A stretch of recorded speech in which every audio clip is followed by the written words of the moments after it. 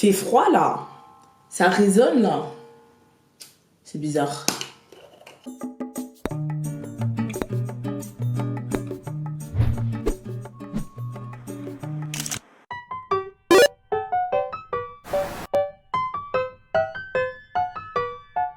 Hi guys, on se retrouve pour une nouvelle vidéo. Et oui, j'ai une tache sur mon t-shirt, je sais, je ne sais pas manger. J'espère que vous allez bien, que votre semaine s'est bien passée. On se retrouve pour une story time. J'ai l'impression que ça faisait un petit moment que je n'en avais pas fait. Bon, story time du jour un petit peu courte. Elle est organisée mais pas organisée, je vous explique. Dans le sens où j'ai pas encore trouvé de titre à cette vidéo, mais je sais pas, j'avais envie de vous raconter en fait ce qui s'était passé parce que je trouvais ça chaud. De base, je voulais pas vous raconter cette story time parce qu'il y a des trucs assez personnels qui m'est arrivé et j'avais pas forcément envie d'en parler, mais j'en ai parlé avec une abonnée et elle m'a dit non mais faut que tu la racontes et tout, parce que vraiment cette story elle est grave dingue. Donc du coup ma belle, si tu veux ce soir là, je te fais des gros coucous et c'est parti pour la vidéo. Avant ça bien évidemment n'oublie pas de t'abonner, liker, partager pour spread du love et c'est parti. Vraiment désolée si ça résonne, je sais pas pourquoi, genre la dernière fois ça résonnait pas autant et il n'y a pas eu de changement de meubles, trucs comme ça. Anyway, j'ai même oublié de te dire de prendre une boisson. Oui, je sais pas ce que j'ai en ce moment avec Arizona, on dirait que je suis sponsorisée par eux. Je sais pas, j'ai pas envie de boire des boissons chaudes et tout. C'est peut-être parce qu'on est en mars, moi je suis en mode hey, les températures chaudes reviennent, donc enfin reviennent entre guillemets, vous m'avez compris, non. Donc bien évidemment, va te prendre un drink. J'espère que tu as allé faire pipi avant parce que là je te préviens que maintenant. Du coup cette histoire rentre dans la trilogie des histoires que je voulais vous raconter de ce qui s'était passé dans ce restaurant. Je pense que ça va être la dernière histoire hein, parce que j'ai pas d'autres gros dossiers. Sauf si soudainement je me rappelle d'un truc, mais non, je crois pas. Mais bon, je sais que d'ici 1 mois, 2 mois, je vais arriver avec une autre vidéo en mode oh, j'avais oublié, c'était passé ça aussi. Je me connais tellement. Bref, anyway, on va commencer du début. Les protagonistes. La meuf, on va l'appeler Sarah. Et son gars, on va l'appeler Michael. Frère, j'écris Michael, ça m'a mis Mickey. PTDR. Michael. Comment ça s'écrit même, Michael? Le réveil, ça c'est pour ça que je tourne pas de vidéo le matin d'habitude. Voilà, on a nos deux principaux personnages, Sarah et Michael, et s'il y a d'autres personnages qui doivent apparaître, je les rajouterai au fur et à mesure. Donc il faut savoir que Sarah, elle travaillait là-bas depuis... Bon, l'histoire va énormément se focus sur Sarah parce que... la Gola. Bref. Moi, je serais un personnage secondaire. Ah, franchement, en ce moment, je suis trop personnage secondaire. J'aime bien. C'est pas moi qui fous la merde et tout, genre. Du coup, faut savoir que Sarah, ça faisait plusieurs années qu'elle travaillait dans ce restaurant. Et que c'était une sumlarde. Non, parce qu'il faut le dire, c'était une fucking sumlarde. Ah, c'est peut-être parce que la porte, elle est ouverte que ça résonne. Attendez. Bébé veut du sale. Allô, allô, allô. Non, ça résonne toujours. C'était pas juste ma porte. Anyway. Donc, faut savoir que Sarah, c'était une sumlarde. Dans le sens où c'est une meuf. Je pense que vous avez déjà travaillé avec ce genre de personnage. Le genre de personnage qui ne fout rien, mais qui veut le beurre et l'argent du beurre. Dans le sens où la personne, en fait, voulait passer manager. Sauf que... elle n'a pas du tout l'esprit d'équipe. Si il faut finir à une certaine heure et qu'il y a encore des clients qu'il faut pousser, elle va se casser à cette heure-là. Même des fois, elle va se casser en avance. Genre par exemple, si elle est attribuée à un poste mais qu'elle n'a pas envie de le faire, bah elle va juste pas à son poste. Et c'est des trucs qui foutent dans la merde en fait. Dans le sens où si t'es censé prendre les commandes des clients, bah si tu fais pas... tu nous fous un peu dans la merde, sachant que c'est un grand resto niveau organisation, voilà quoi. C'est le genre de personne qui va s'embrouiller avec des clients, qui va se taper avec des clients, bref. Et dans tout ça, du coup, elle voulait passer manager. Donc, vous voyez, les managers, ils sont censés régler des conflictualités avec des clients. Il y a des clients qui sont cons, il y a des clients qui ont raison. Donc ça veut dire quoi? Dès que le client il va pas être d'accord avec toi, tu vas prendre un truc, tu vas lui casser la gueule. Voilà. Et en fait, c'est que dans toute sa bêtise là, elle s'étonnait de pas être manager. Parce qu'en fait, il y a une personne qui est arrivée des années après elle. Et genre en 2 mois elle est passée manager parce que bah, dès qu'elle est arrivée pour son entretien d'embauche elle a dit que bah, elle voulait passer manager, donc du coup ils lui ont fait une formation et elle comprenait pas pourquoi cette personne là était passée manager avant elle. gros, à partir du moment où t'es prête à taper des clients et que tu t'embrouilles avec des Deliveroo et que tu les tapes, je pense que c'est évident en fait. Mais bon, apparemment, moi j'étais pas là avant, mais apparemment de base c'était une personne qui t'a fait très très bien et tout, et elle a été tellement déçue que bah maintenant elle foutait que la merde, tu vois. C'est son histoire, pas la mienne. I can understand, même si ça excuse pas son comportement, enfin je sais pas. Les clients ils ont rien à faire dans ta petite embrouille avec le boss qui veut pas te laisser passer le manager. Donc voilà, comme ça vous avez cerné le personnage de Sarah. Donc l'été se passe, elle vient un jour sur 4 parce que en fait elle venait quand elle avait envie de venir travailler, genre réellement. Même à un moment, moi j'étais en mode, je pensais pas la revoir en fait au travail. J'étais là en mode, ok, tu es revenue, ok, c'est cool. En fait, je crois qu'elle venait au travail quand elle se rappelait qu'elle avait un loyer à payer et qu'elle avait besoin d'argent. Genre réellement, je pense que c'était ça qui se passait parce que clairement, des fois j'étais en mode, qu'est-ce que tu fous là? Juste, qu'est-ce que tu fous là? Et du coup, l'été se passe et tout, et on arrive fin août. Genre, j'étais tranquille chez moi, en train de regarder Netflix. Et là, j'ai une pote à moi qu'on va appeler Émilie. Voilà. Émilie m'appelle et elle me dit ce soir, il y a un mec qui a fait un vidéoclip et tout. Et du coup, il y a une after party. Et vous savez comment j'aime les parties et tout.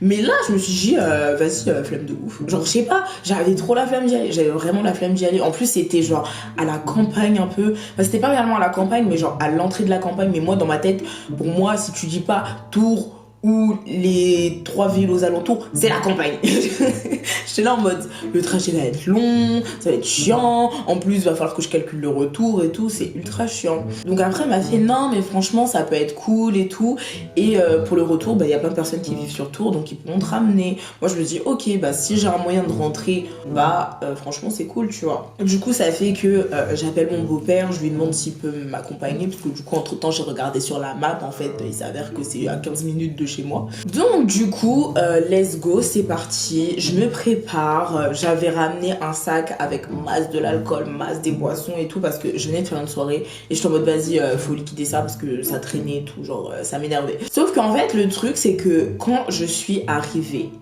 ils avaient pas du tout fini le clip. Donc même moi je me suis retrouvée dans un clip alors que c'était pas prévu, tu vois. Moi j'étais venue pour m'enjailler, pour faire le party et tout. Et en fait, au final, pas du tout. Genre, limite, en fait, on a pratiquement pas fait de soirée parce que bah, les gars, ils ont fini leur clip jusqu'à 2-3 heures du mat. Et au bout d'un moment, enfin, moi, j'arrive, on est en train de clipper pendant 3 heures. Moi, ça me gave, j'ai plus envie de faire de soirée, tu vois. Bon, déjà, cet Arizona, il est meilleur que le précédent, là. Parce que le précédent, il était vraiment dégueulasse. Hein. Pour que vous l'achetiez pas, c'était le honey, je sais pas quoi, là. Lui, c'est le fruit punch. Fruit punch. Non, lui, il est bien, il est fruité. Bon, encore heureux qu'il soit fruité parce qu'il y a écrit fruit dessus. Donc, s'il est pas fruité, PTD, on dirait vraiment que je suis sponsorisée par Arizona alors que pas du tout. Arizona, si vous passez par là, lâchez-moi mon billet s'il vous plaît parce que là... Bon, après, est-ce qu'ils vont me lâcher un billet sachant que j'ai dit que leur dernière boisson c'était de la merde? I don't think so. Anyway, revenons-en à notre histoire. Donc, du coup, à cette soirée et tout, ben là, je vois la tête de Sarah. Et là, je me dis, pourquoi faire? Non, mais je vous jure, j'ai vu sa tête et je suis là, ouais. Pourquoi faire? Et là, je me suis souvenue d'une ancienne conversation avec mon boss quand je venais d'arriver, qui me présentait un peu l'équipe et tout. Parce que moi, je fais un petit peu de musique. Et du coup, il m'a fait, ah, mais si tu fais un petit peu de musique, il y a le mec de Sarah qui est dans la musique et tout, c'est cool. Genre, comme si Sarah, ça allait être ma pote, PTDR. Non, parce que c'était vraiment le genre de personne froide et tout. Genre, les nouveaux, en fait, elle les utilisait pour vraiment les manipuler. Genre, dès qu'elle a une tâche à faire, oh, est-ce que tu peux aller me faire ça et tout. Pas parce qu'elle a quelque chose à faire ou quoi que ce soit. Non, non. Après, la meuf, elle va se caler dans un coin, elle va être sur son téléphone pendant que toi, tu fais son taf. Mais réellement, le genre de collègue détestable. Donc, du coup, il m'avait dit ça. Parce qu'en fait, c'était 2 rappeurs qui faisaient leur clip. Et l'un des mecs, en fait, c'était le mec de Sarah. Et du coup, moi, je savais pas. Je me suis dit, bah putain, le monde est petit. Parce que Sarah et Émilie, de base, elles se connaissent pas. Ou alors, je suis pas au courant qu'elles se connaissent. Attends, je crois qu'elles se connaissent, mais je suis pas au courant. Et du coup, c'est pour ça que je me suis dit, bah putain, le monde est petit. En plus, même là-bas, j'ai croisé d'autres personnes que je connaissais déjà, donc du coup cool. La baraque grave belle et tout, non franchement c'était grave sympa. Mais du coup ouais, on a passé beaucoup trop de temps à clipper, donc au final il n'y a même pas eu de réelle soirée. Bon, j'ai apparu dans un clip. Of course, je ne ferai pas de la publicité pour ce clip parce que vous allez comprendre ce qui s'est passé après. Et même j'ai envie de conserver l'anonymat des gens en fait. Donc du coup la soirée se passe et tout, et en fait au bout d'un moment bah on a envie de rentrer chez nous quoi, parce que il y a pas de soirée, c'est de la merde. Après moi je me suis grave amusée avec ma pote et sa pote, mais voilà quoi, enfin flemme de ouf. Déjà de base je devais pas être là, j'arrive, je me fais chier. Voilà. Du coup, ma pote, elle m'avait dit, oui, dans tous les cas, il y en a plein qui habitent sur Tours, donc du coup, pour rentrer, voilà, ça va être easy. Pas du tout. Ils sont tous repartis avec leur voiture et tout. T'en as qui restaient, mais qui partaient genre ultra longtemps après, alors que nous, on voulait partir genre maintenant. Et genre, il était 3-4 heures du mat, un truc comme ça. Non, voire même 5 heures, je crois. Donc, du coup, j'avais grave la haine parce que ma pote, elle m'avait promis qu'il y aurait des gens qui pourraient nous ramener, alors que pas du tout. Heureusement, j'ai des parents en or et j'ai envoyé un message à mon beau-père pour savoir s'il dormait. Et j'étais étonnamment surprise de savoir qu'il ne dormait pas, alors qu'il était 4 heures du mat. Et du coup, je lui ai demandé si ça l'embêtait de venir me chercher. Du coup, il commence à faire le trajet. Mes potes, entre-temps, elles avaient pris un taxi. Après, j'aurais pu prendre le taxi avec elles, mais du coup, moi, j'avais déjà envoyé un message à mon beau-père, donc ça se trouve, il était... Genre, dans la tête, je suis là en mode... Ça se trouve, le boug, il est déjà parti, donc du coup, je vais pas lui dire, en fait, je prends un taxi, alors que il est peut-être déjà parti de chez lui, donc du coup, elles sont parties en avance, et moi, du coup, j'attendais mon beau-père, donc le temps qu'il arrive et tout, hein, ça a mis un peu de temps. Du coup, entre temps, bah, vu que moi je suis une personne ultra sociable et tout, bah, je parle avec tout le monde. Je me suis entendue avec pratiquement tout le monde, c'était cool. Et vient un moment à la fin de la soirée, pourquoi le gars arrive, I don't even know. Pour te dire, je lui ai pas parlé de la soirée, je crois que je lui ai même pas dit bonjour. Parce qu'en fait, je suis arrivée, j'ai dit bonjour à personne. Genre dans le sens où il y avait plein de monde, et je crois que je suis arrivée, j'ai fait salut, c'est tout. Déjà, moi j'aime pas faire la bise aux gens, en plus on est en période de Covid, donc vos microbes là, merci mais non merci. Et du coup là, Michael vient me parler. Faut savoir que Sarah était couchée. Du coup, vu que c'était dans un Airbnb, il devait rendre le Airbnb le lendemain. Donc du coup, il devait tout nettoyer et tout. Ils s'étaient tous dit, bon guys, on va dormir et comme ça on pourra ranger le lendemain. Du coup, Sarah, elle était en train de dormir et là, moi, j'étais dehors pour vous montrer l'organisation. Il y a une putain de pente où j'ai pas été prévenue qu'elle allait avoir une pente, donc moi j'étais bien avec mes gros talons, sinon c'est pas drôle. Et en fait, après il y a un portail, il y a une cour avant avec une table, tu peux te poser, et tout droit tu accèdes au salon, cuisine, t'as des chambres, et en fait c'est que sur la cour à l'avant, à droite, tu as des escaliers en fait pour aller à l'étage. Et genre à l'étage, je crois que c'est une chambre parce que au bout d'un moment ils sont partis clipper pas à l'étage, mais moi enfin j'étais tellement fatiguée et franchement au bout d'un moment je suis pas venue pour clipper, donc j'en avais rien à faire d'être sur cette scène ou pas. Donc du coup l'étage, je sais pas du tout comment il est. Donc à ce moment-là, j'attendais mon beau-père et on était tous sur la table dans la cour devant la maison. Au début on était plein, puis après bah progressivement bah les gens ont commencé à partir parce que bah il se fait tard et tout. Et un moment, il y avait un couple à l'intérieur et moi j'étais toute seule tranquille sur mon tel. Et là, je sais pas pourquoi, Michael vient parler. Et là, l'audace du gars, le gars il commence à me shame. J'étais là en mode I don't get it, like non. Mais vous voyez en fait, c'est le genre de mec qui pense que toutes les meufs qui sont là, qui dansent, c'est pour la guicher lui. Le gars, je vais pas parler, je vais pas calculer pour vous dire. Jusqu'à maintenant, je connais toujours pas son prénom. Genre, for real, genre je connais pas du tout son prénom. Donc c'est pour ça, genre je me dis à quel moment tu as cru que j'étais intéressée par toi. Et du coup le gars il essayait trop de me chèvre pour qu'il se passe un truc et tout. Franchement les arguments du mec étaient en mode oui. En fait tu vois vraiment c'est le mec selfish qui pense que à lui, tu vois. Il est en mode oui j'ai passé une dure journée donc j'ai besoin de me détendre et tout. Je fais mais t'as cru moi j'étais ta masseuse personnelle? Je fais c'est quel argument ça? C'est comme ça que tu dragues les gens? Genre j'étais vraiment en mode mais tu sais que t'as ta copine qui est là-bas, qui est en train de dormir, tu peux essayer de la réveiller et puis essayer un truc, tu vois. Si elle veut pas, tu restes avec ta frustration, mais tu peux essayer un truc. Mais vraiment, genre, je me dis, à partir du moment que c'est ça, des arguments de drague, frère, t'es selfish à souhait. Parce que honnêtement, qu'est-ce que j'en ai à foutre, moi, que tu es clippé toute la journée, que tu sois fatigué, on a tous eu une dure journée, en fait. Genre, il s'attendait réellement qu'en me disant ça, j'ai dit... Bah oui, bah vas-y, baisse ton pantalon. Bah bien sûr. Non mais n'importe quoi. Franchement, les mecs, des fois je me demande ce qu'il y a dans leur cerveau. Genre clairement, genre ils sortent des trucs et dans leur tête ils se disent ça passe de ouf. Le mec il commence à me faire un attouchement, je regarde, je fais non mais je vire sa main, je le regarde, je fais par contre clairement ça va pas se passer. Genre je sais pas à quel moment tu t'es dit que clairement ça va pas se passer. Donc de là ça en reste là et tout. Et en fait moi, si vous vous rappelez, j'avais un putain de gros sac énorme avec mes talons et la pente là. Faut la redescendre. Genre mon beau-père du coup il est arrivé. Du coup vu qu'il était là, tu vois, il me propose de refaire le trajet en fait avec moi pour m'aider parce que frère, le gros sac et tout. Même là en fait j'aurais dû lui dire non frère. Là ça sentait parce que je sais à quel point les gars c'est des forceurs, tu leur dis non.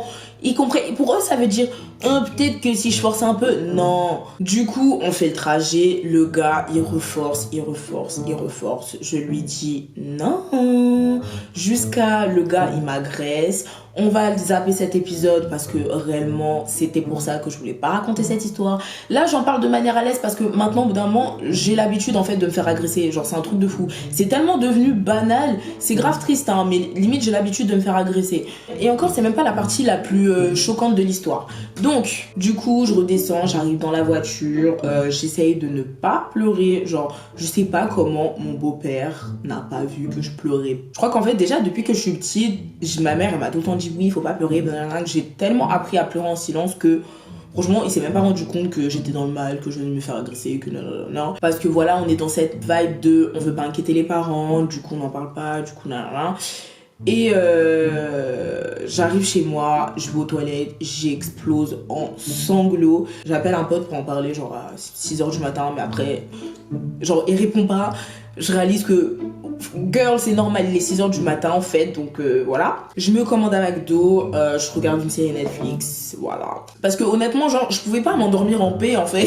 Genre clairement, c'est genre d'événements, tu peux pas t'endormir en paix en mode bon bah je peux dormir. Du coup j'arrivais pas à dormir, je crois que j'ai regardé Netflix jusqu'à je sais pas 9h du mat. Bon le lendemain je commençais à 19h donc c'était assez cool. Du coup c'était ça le truc galère, c'est que le lendemain je devais retourner au travail. Autant vous dire que le service s'est très bien passé. Bah j'étais énervée, genre j'avais pas envie d'être là, j'étais fatiguée, tout le monde disait ça va, moi je disais des fois je disais oui, des fois je disais non parce que ça se voyait sur ma tête parce que ça n'allait pas et que j'avais pas envie d'en parler, tu vois. Faut savoir que cette Sarah avait un binôme. On va l'appeler Angel. Elle avait un binôme, cette meuf. En fait, tu vois, je pense que c'est le genre de personne où elle était aussi chiante que Sarah. Et en plus de ça, c'était une grosse hypocrite. Donc, je pense qu'elles étaient potes. Enfin, potes. Parce que c'était les deux seules personnes qui pouvaient se supporter. Et je suis même sûre que quand les deux n'étaient pas là, les deux parlaient sur la gueule de l'autre. Genre vraiment, c'est que personne supportait Sarah, personne supportait Angel. Enfin, on tolérait plus Angel que Sarah parce que Angel était plus sympathique déjà à premier abord. Mais voilà. Et du coup, genre, elle m'a trop énervée parce qu'elle était là en mode arrête de faire la gueule et nanana. Je t'en mode alors. Comment te dire que je me suis fait agresser il y a même pas 12 heures. Donc non, j'ai pas envie d'être sympathique en fait. Genre clairement, tu sais pas ce qui se passe dans la vie des gens. Donc clairement, sachant qu'en plus c'est le genre de personne qui tire la gueule tout le temps. Donc on peut se passer de ses commentaires, clairement. Après ça, les jours se passent et tout. Et là, genre une semaine et demie après, qui vois-je au travail? Sarah. J'étais en mode... Tu t'es rappelé que t'avais un travail et tout? Moi, franchement, je pensais réellement pas qu'elle allait revenir en fait. Et du coup, genre dans la tête, je me dis, en fait, si elle reste pour toute la semaine, je peux pas passer un jour sans lui dire ce qui s'est passé en fait. Parce qu'à chaque fois que je vais la voir, je vais voir son mec et tout. Donc, je la prends à part, je lui fais oui, est-ce que je peux te parler 2 secondes et tout. Et je lui explique genre brièvement ce qui s'est passé avec son mec, que son mec m'a agressé et tout. Et direct en fait elle voulait rentrer dans les détails en mode mais qu'est-ce qui s'est passé et tout. J'ai fait en fait comprends que ça s'est passé il y a une semaine et demie, que je suis encore un peu traumatisée. J'ai clairement pas envie de parler de ça, tu vois. Et De plus, je vois pas l'intérêt que tu saches ce que ton mec m'a fait dans les détails. Du coup, elle était vraiment dans le mood de non mais c'est impossible, non mais j'y crois pas, non mais nanana. Enfin, vraiment, elle croyait que son mec. Franchement, je vais pas lui en vouloir. Enfin, ça fait, je crois, ça faisait 2-3 ans qu'elle était avec son mec. Quand tu vois ton mec, tu vois pas ton mec comme un agresseur en fait. Genre, clairement, tu vois clairement pas ton mec comme un agresseur. Tu vois pas être capable de ça, tu vois, parce que toi, il t'apporte de l'amour. Donc, tu vois pas. Je comprends son point de vue. Y a pas de souci. Y a pas de souci. Après, moi, je lui ai dit, parce qu'en plus, après, elle voulait que j'ai une conversation avec son mec et elle. Je lui ai fait clairement, y a aucun intérêt. Tu n'es pas ma copine, ce n'est pas mon pote, je ne vous connais pas à la base des bases. Donc je lui ai dit clairement, on va pas se mentir, le jour où tu vas partir, je vais plus te calculer, tu vas plus me calculer. Ton mec, si je le croise dans la rue, je vais pas lui dire bonjour, lui il va m'éviter. Si ça avait été mes potes et que je tenais à eux et tout, j'aurais eu une conversation. Or là, c'est absolument pas le cas. Et surtout, je vois dans le mood dans lequel elle est et je vois dans le mood dans lequel il est. Après la conversation que j'ai eue avec elle, elle a appelé son mec, elle lui a demandé est-ce que t'as agressé Noshi?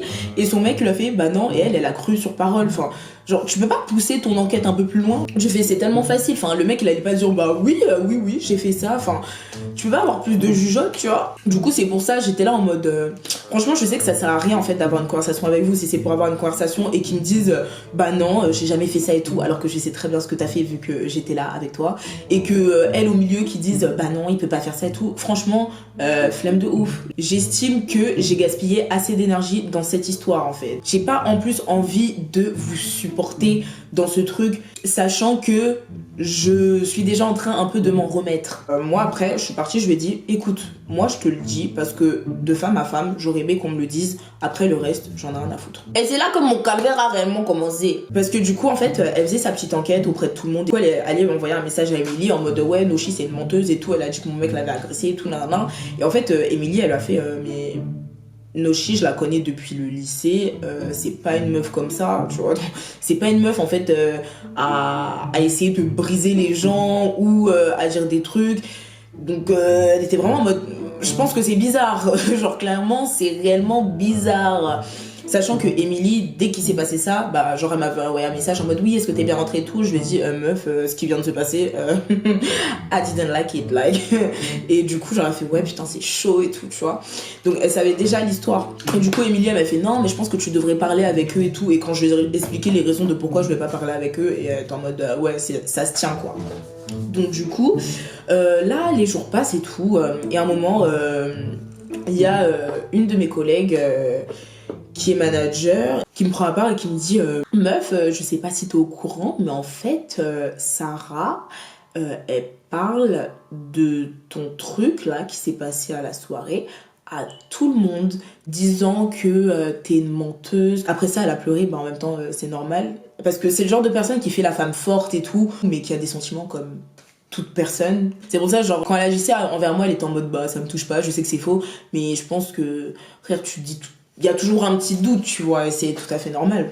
Cette personne, elle est venue me voir en mode oui, elle raconte à tout le monde ce que tu lui as dit, en disant que t'es une menteuse, que son mec il pourrait jamais faire ça. Et en plus de ça, comme si c'était pas assez, la meuf elle essayait de me faire avoir une réputation de pute. Et là franchement j'étais en mode mais what the fuck. Genre, clairement. Donc du coup genre j'étais là en mode ok bon bah c'est cool, parce que du coup j'en avais parlé avec un autre collègue avec qui on était potes, et du coup elle a fait non mais défonce-la et tout. J'ai fait franchement je n'ai aucun intérêt à la défoncer.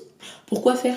Déjà en fait en interne dans l'entreprise, elle était en petite guéguerre avec le patron. Elle voulait démissionner, mais démissionner à l'amiable pour pouvoir toucher toutes ces compensations en fait derrière. Et en fait le patron il attendait qu'elle fasse un faux pas pour pouvoir la virer en fait. Donc du coup c'était un peu une guerre psychologique comme ça. Donc j'étais en mode je sais que dans pas longtemps elle part, et je me dis franchement pourquoi m'embrouiller la tête avec une personne comme ça? Exactement ce que je vous ai dit tout à l'heure quand elle voulait que je parle avec son mec et elle. Je fais, pourquoi faire? Genre clairement, pourquoi faire? La meuf, elle est en train de dire à tout le monde que son mec c'est un agresseur. Genre je suis désolée parce que en fait avec les gens du staff, bah vu que l'été on avait fait des soirées tout là, puis moi je suis tout le temps là-bas, ils connaissent ma personnalité, ils savent comment je suis. Parce que je suis désolée, une personne qui va raconter des ragots, des trucs comme ça, tu vas cerner sa personnalité et tu vas voir qu'elle fait ça H24. Genre, le genre de personne qui est ultra discrète sur ma vie, genre je raconte pas toute ma vie, tous mes trucs qui se passent tout le temps. Et surtout une histoire comme ça, si je voulais vraiment répandre la rumeur que ton mec c'est un agresseur, que nanana, tout le staff il aurait été au courant. Mais là le staff il a été au courant à partir du moment où toi tu as ouvert ta bouche. Son mec je le connais pas, elle je la connais juste au taf, et encore le peu de fois qu'elle vient. C'est quoi mon intérêt? C'est pas comme si c'était mes potes qui m'avaient trahi, que nanana qui avait une histoire derrière. Je fais c'est quoi mon intérêt de dire ça en fait, enfin, quand elle allait parler à tout le monde en disant ce qui s'était passé, bah personne la croyait et tout le monde était en mode mais meuf ça s'est peut-être réellement passé en fait. Surtout au stage je leur en avais pas du tout parlé, ils avaient pas du tout la connaissance de cette histoire avant que elle ouvre sa bouche. Donc clairement en fait c'est que mon comportement il allait pas avec ce qu'elle disait en fait. Tout le monde était là en mode ouais non mais défonce-la, oui faut que tu lui parles et tout. Je fais franchement ça n'a aucun intérêt. Les gars, moi je suis en travail pour prendre ma thune en fait. Je viens pas au travail pour m'entendre avec les gens. Vous pouvez même être tous d'accord avec elle et me traiter de pute, me faire une haie d'honneur de pute, mais venez me faire ma haie d'honneur de pute. Je suis là pour prendre mon bif. Je suis pas là pour faire du social ici, hein. Si vous me détestez tous, j'en ai rien à foutre. Je suis là pour faire mon taf, pas pour être aimée. Si on s'entend bien, c'est cool. Si on s'entend pas bien, I don't give a fuck. Le plus, c'est que la meuf, en faisant ça, elle se faisait plus du mal à elle qu'elle me faisait du mal. La seule personne qui était de son côté, c'était sa pseudo-pote Angel, quoi. Genre, réellement, la meuf et tout, elle était là en mode non, mais Noshi a raconté ça, franchement, c'est une connasse. Elle a fait pleurer Sarah. Elle a fait pleurer Sarah, cousine. Quand j'ai appris qu'elle avait dit ça, j'étais vraiment là en mode c'est une blague. Ah mais excusez-moi d'avoir fait pleurer Sarah. Est-ce que Sarah, elle était là quand je suis rentrée après que son mec m'ait agressée? Elle était là quand j'étais sur mes chiottes à pleurer à 5h du matin, quand j'envoyais des messages à mon pote lui expliquant ce qui s'était passé et que je me sentais pas bien? Alors désolée d'avoir fait pleurer Sarah en lui disant la vérité. Ah mais vraiment désolée. Sachant que réellement c'était le genre de personne hypocrite qui va dire ça derrière ta gueule et quand elle va te voir, elle va faire ça va Noshi, tu vas bien. Tu lui demandes rien, tu ne lui parles même pas, c'est elle-même, elle va venir te raconter sa vie. Faire la meuf sociable avec toi et après elle va être en mode ah celle-là je l'aime pas. Pourquoi tu viens me parler? Alors que moi de base je ne lui dis même pas bonjour. Je ne viens pas lui parler, la meuf elle est là, elle me parle. Ce genre de personne qui te casse la tête. Heureusement que j'ai développé le pouvoir du je m'en bats les couillisme qui consiste à en avoir rien à faire de ce que les gens font, de ce que les gens pensent. Parce que clairement si j'avais été une personne qui se soucie de l'image des autres et tout, putain, j'aurais été dans la merde, hein. J'aurais vraiment été dans la merde. Donc du coup, après que tout ça se soit passé, les jours passent et tout, et un moment, on est en plein milieu d'un service, et ça s'embrouille en cuisine. Je dis ok, c'est normal, hein. Les embrouilles en cuisine, c'est normal pour les moments de rush et tout. Moi, j'étais pas en bas, tu vois. On m'a raconté, et j'ai appris qu'en fait, Sarah avait menacé un des managers avec un tabouret. Jusqu'à l'embrouille aller là-bas quoi. Mais quand on s'embrouille c'est des histoires en mode oui il manque une frite, c'est de la merde tu vois. Du coup j'ai appris que elle avait menacé un des managers avec un tabouret. Moi je fais ok. Et c'est ça qui a signé son arrêt de mort dans l'entreprise parce que justement comme je vous avais expliqué le patron attendait juste qu'elle fasse un faux pas et vu que c'est une personne impulsive et tout qui sait pas se canaliser, pour sûr, le faux pas, il allait arriver au bout d'un moment, quoi. Donc, du coup, 2 semaines après, elle est convoquée avec le directeur, un des managers pour avoir un témoin et tout, et le manager en question. Et du coup, bah, c'est là que, flop, allez, tu as été viré pour faute grave. Il n'y a pas à menacer les managers avec des tabourets grosses. Putain. Et voilà, après ça, franchement, à ce moment-là, j'étais la personne la plus heureuse du monde. On n'a plus du tout entendu parler de Sarah. Elle est juste revenue une fois là. Elle était en tenue de travail et tout. J'étais en mode, mais qu'est-ce qu'elle fout là, elle? En disant, oui, mon copain, il a un pote avocat qui a dit que j'avais le droit de venir travailler. Donc, c'est maintenant que tu veux venir travailler, quoi. Tout l'été, t'as fait la vie d'aloca, tu venais une fois sur 6. Et quand on venait une fois sur 6, c'est qui était dans la merde? Bah, c'était nous. Parce que c'est qui devait la remplacer? Bah c'était nous.